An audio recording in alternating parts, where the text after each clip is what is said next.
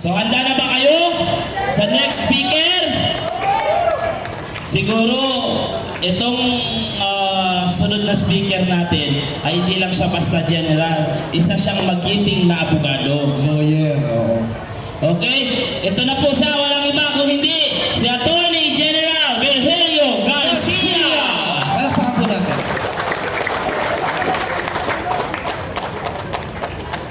Salamat po. Magandang gabi po sa inyong lahat. Meron po akong hiling sa inyong lahat. Pwede po ba kayong lumapit dito? Para kay Tatay Digong, lumapit po kayo dito dahil importante yung request ko lamang po. Alam niyo, now and then nagpapadala ako ng post sa aking pag-asa na yung aking mga post ay mababasa ng mga magagaling na huwes sa ICC. Ngayong gabi po, gusto kong i-take advantage yung pagkakataon to reach out doon sa mga maestrado ng ICC. Lapit po kayo para mas maganda yung tunog ng boses natin.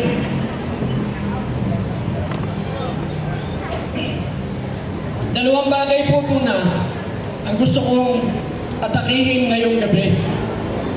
Dalawang bagay po ang kanilang katwiran kung bakit nila patuloy na gustong litisin si Tatay Digong sa The Hague, sa ICC.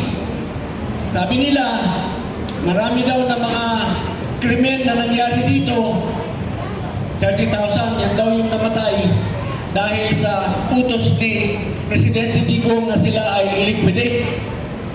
Na ito daw ay government-sponsored killings at ginagamit yung kanyang mga instructions noong araw na ina-assure niya lang naman noon yung mga pulis na sinasabi niya, do your job, do not be afraid. At dumating naman talaga yung time na ang ating mga pulis hindi natakot mang-aresto ng adik sa kalye. Assurance po yun. Yung iba naman doon, if you don't stop, I will kill you. Saywar po yun. Eh, ka naman yung drug lord, ikaw sabi mo to, pwede, tigil ka na. Hindi, sabihin mo lang, puta ka na kapag hindi ka tumigil, papatayin kita, o, di ba? Yun yung epekto nung gusto niyang gawin. So, sinabi nung ICC, hindi gumagana maayos ang inyong mga hukuman. Kaya kami ang maglilitis sa inyong Pangulo. Alam po ninyo ang ICC is supposed to be only a court of last resort. Pag hindi gumagana ang hustisya sa isang bansa, they can come in and help the people. They will try the guilty. Sa ating pong kaso, walang guilty. Nakialam sila, nagpa-corrupt sila sa mga kalaban sa politiko ni Presidente Digong. Meron po akong isang gustong ipunto sa kanila. Kaya ko kayo pinapalapit para iisang boses ang tunog natin. Kung ayaw ninyong lumapit, sumigaw na lang kayo ng malakas. Gusto ko lamang pong paratingin sa mga mahistrado ng ICC. Englishin ko para maintindihin nila, ha? I know the judges of the ICC wants to do good. They have a conscience and they want to be able to render justice. However, gusto kong ipaalam sa kanila, if they have a mass murderer, kasi yun ang gusto nilang palabasin eh, kaya sa nandun, mass murderer siya eh. Marami siyang pinatay. Okay. If they have a mass murderer in their court,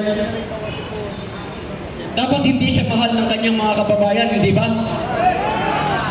Dapat yung mga kababayan niya, hindi ihilingin na, hoy, ibalik mo sa amin yan. Bring him home. Meron bang ganon? Inapi ng kanilang pinuno pagkatapos nung nililitis na sa ibang bansa. Sasabihin ng mga tao, bring him home. So I want to stress the point.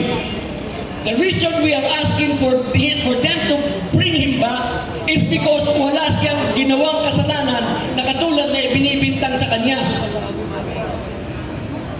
3 beses lang po. Lakasan ninyo.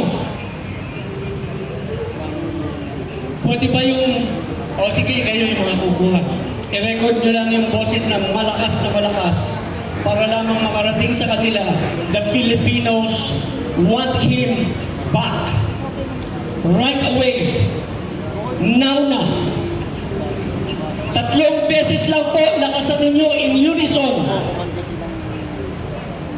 Duterte, bring him home. Pwede ba practice? Okay. 1, 2, 3.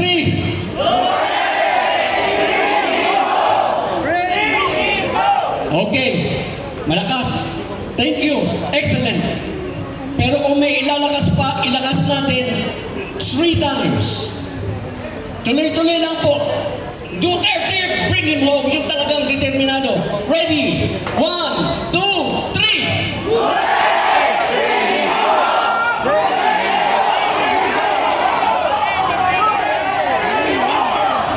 Allah.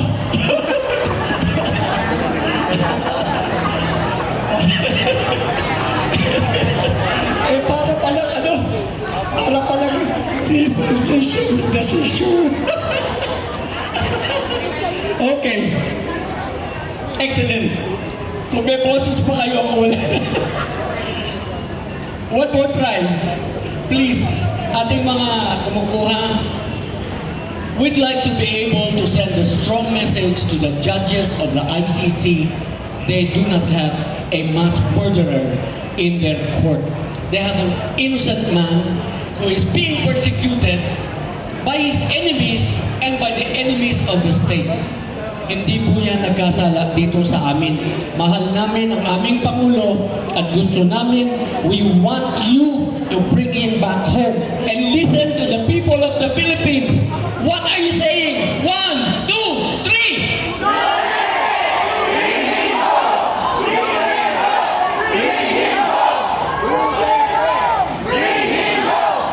Yes, magistrates of the ICC, please send back our president. Thank you very much. If that is going to be your birthday gift to him, then so be it. Happy birthday, Tatay Digong. Salamat po sa inyo lahat.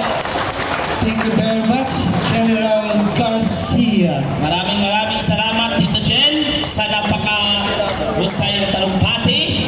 Okay, ngayon naman, dadako tayo sa ating next speaker. Medyo gumagabi na. Ang sunod po ay si... Okay. Kaya mo yung partner, sino? Okay. Ito ang susunod kong tatawagin. Kilala niyo to. Parang kilala ko rin yan, ha? Kilala nating lahat. Walang iba kung hindi Oh, ang magiging mayor ng Quezon City. Walang iba kung hindi Mike Torenzo.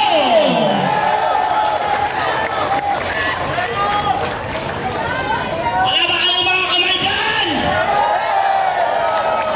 walang iwanan to, ha? Maraming salamat, Benj. Siyempre sa ating kasama si Dennis, sa inyo pong dalawa. Sa ating pong lahat, una po, pagbate sa ating nung kasama. Ito po'y Chief of Staff ng Armed Forces of the Philippines, naging National Security Advisor, at naging Defense Minister na rin po natin. Wala pong iba ang kinagalang ng ating mga kasundaluhan, Secretary June Esperon. Kasama rin po natin isang general, hindi lang po isang general, isa rin pong abogado. Ang ating pong kasama, Attorney Garcia, Virgil Garcia. Nako, ito mukhang artista. Ang ating pong PDP, NCR Chairperson, Chairman ng Education Committee, Ma'am Penny Belmonte.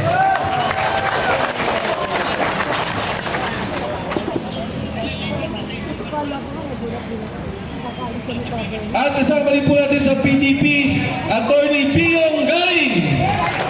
Green na green si Attorney.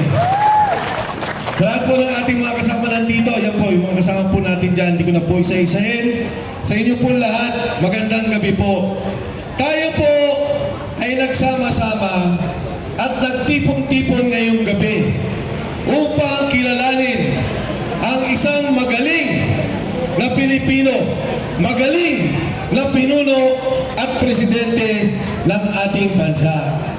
Nung kami po inimbitahan, kasama na si Ma'am Penny, si Attorney Garcia, Secretary Esperon, ang sabi nila, pwede ka bang pumunta ng Davao?